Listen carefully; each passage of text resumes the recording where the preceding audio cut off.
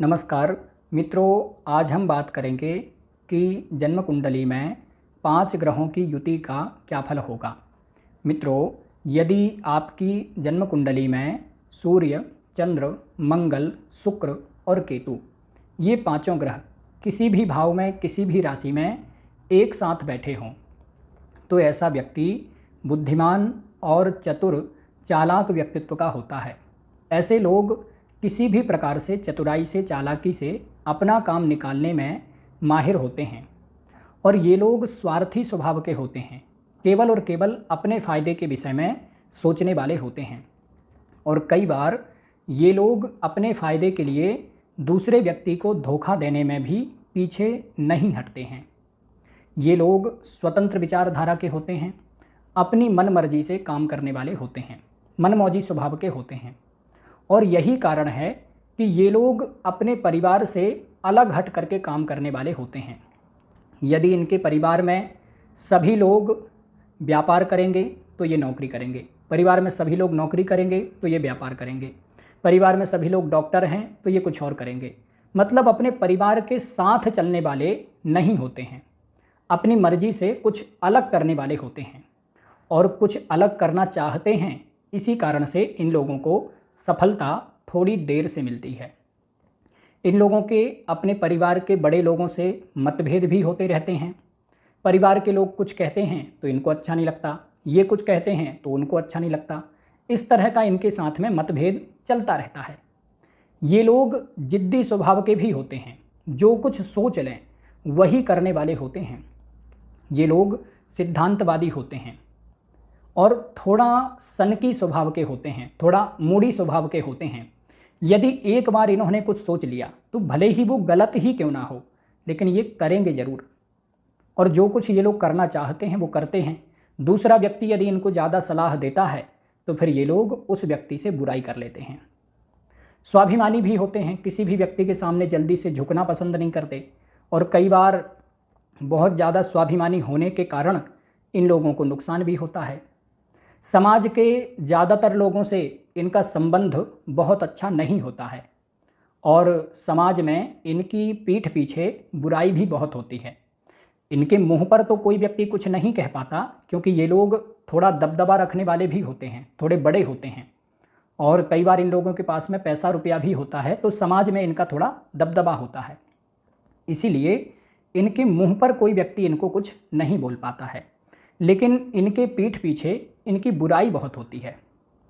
इन लोगों के कार्यक्षेत्र की स्थिति भी बहुत अच्छी नहीं होती है।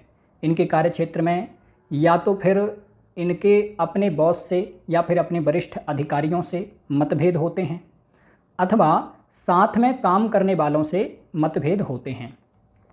कई बार इन लोगों को अपने कार्यक्षेत्र में स्थिरता नहीं मिल पाती है, हमेशा इनके कार्यक्षेत्र में बदलाव होता रहता है या फिर इनको नौकरी ही लगातार बदलनी पड़ती है और यदि एक ही जगह पर काम करते हैं तो इनके कार्य में लगातार बदलाव होता रहता है, विभाग में लगातार बदलाव होता रहता है।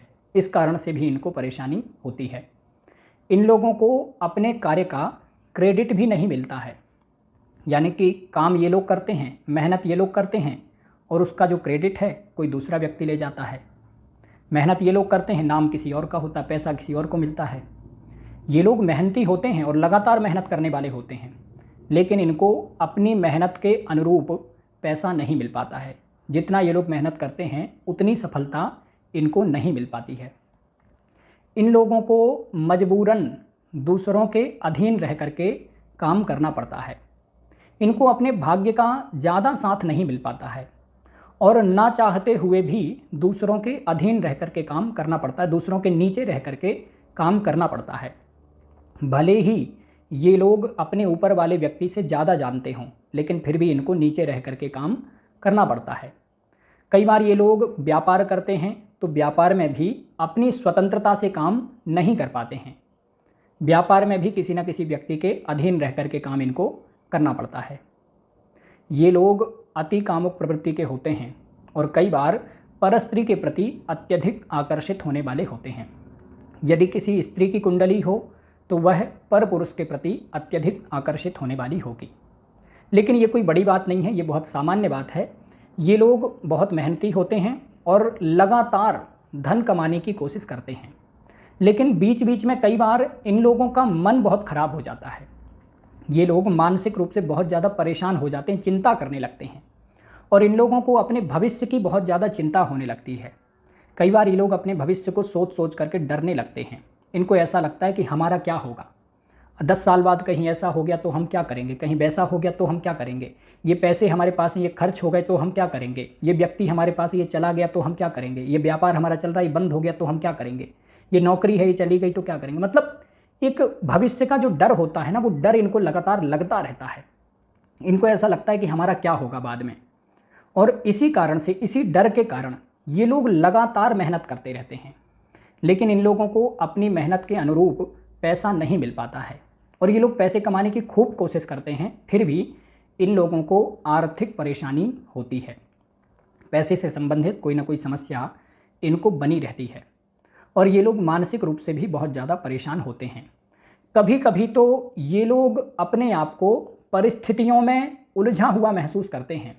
कोई ना कोई परिस्थिति में, कोई ना कोई समस्या में ये लोग ऐसे उलझ जाते हैं कि इनको ऐसा लगने लगता है कि अब यहाँ से निकल पाना बड़ा मुश्किल है। कोई नौकरी है, कोई व्यापार है या फिर कोई पारिवारिक स्थिति ऐसी हो जाती है जिस कारण से ये लोग वहाँ से भाग जाना चाहते हैं, लेकिन निकल नहीं पाते। कोई ना कोई समस्या के कारण, कोई ना कोई मजबूरी के कारण ये लोग वहाँ से निकल नहीं पाते हैं। मित्रों, यदि आपकी जन्म कुंडली में सूर्य, चंद्र, मंगल, शुक्र और केतु, ये पांचों ग्रह किसी भी भाव में, किसी भी राशि में एक साथ बैठे हैं, तो आप सबसे पहले एक काम करिए। एक तो जिद्दी पने की जो आदत है वो छोड़ दीजिए, ज़्यादा जिद्द मत करिए।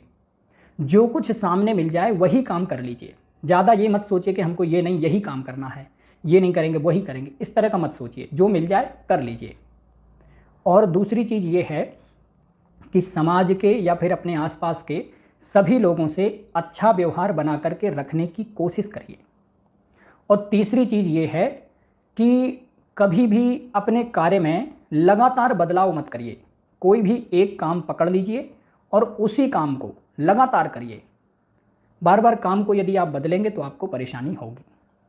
एक ही काम को एक ही जगह पर लगातार मेहनत करते रहिए। पहले सोच लीजिए कि करना क्या है, उसके बाद उसी में मेहनत करिए।